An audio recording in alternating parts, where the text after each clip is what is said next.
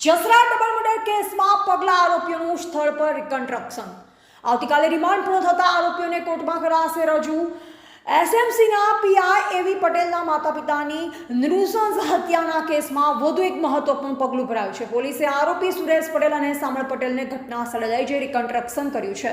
પોલીસે મર્ડર કેવી રીતે અંજામ આપ્યો તેની સંપૂર્ણ ઘટનાઓને સ્થળ ઉપર સાકાર કરી પુનઃ રજૂ કરાવી. પોલીસના સૂત્રો અનુસાર રાત્રિના સમયે ખેતરમાં સૂતા વરદાજી પટેલ અને હોસીબેન પટેલ પર કેવી રીતે હુમલો કરવામાં આવ્યો અને હત્યાના પછી શું ચોરી કરવામાં આવી તે તમામ વિગતોને દ્રશ્ય રૂપમાં રજૂ કરવા માટે સ્થળ પર આરોપીઓની હાજરીમાં રિકન્સ્ટ્રક્શન કરવામાં આવ્યું. આવતીકાલે આરોપીઓના પોલીસ રિમાન્ડ પૂર્ણ થતા હોવાથી બંનેને કોર્ટમાં રજૂ કરવામાં આવશે.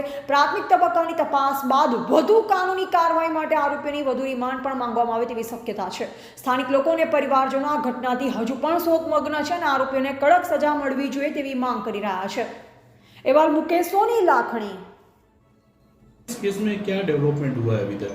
जसरा डबल मर्डर जो हुआ है वहाँ पे हमने 4 आरोपियों को अरेस्ट कर लिया था. उसके बाद हमने कोर्ट में प्रोड्यूस किया था और 25 तारीख यानी कल तक की रिमांड पुलिस रिमांड हमको दी गई है.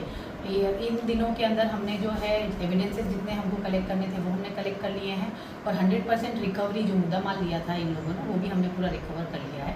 और इसके बाद जो है आज हमने पूरा रिकन्स्ट्रक्शन पंचनामा भी हमारा कंप्लीट हो गया है और कल हम इनको कोर्ट में वापस प्रोड्यूस करने वाले हैं. अभी ये 4 ही आरोपी है? हाँ, अभी 4 आरोपी हैं.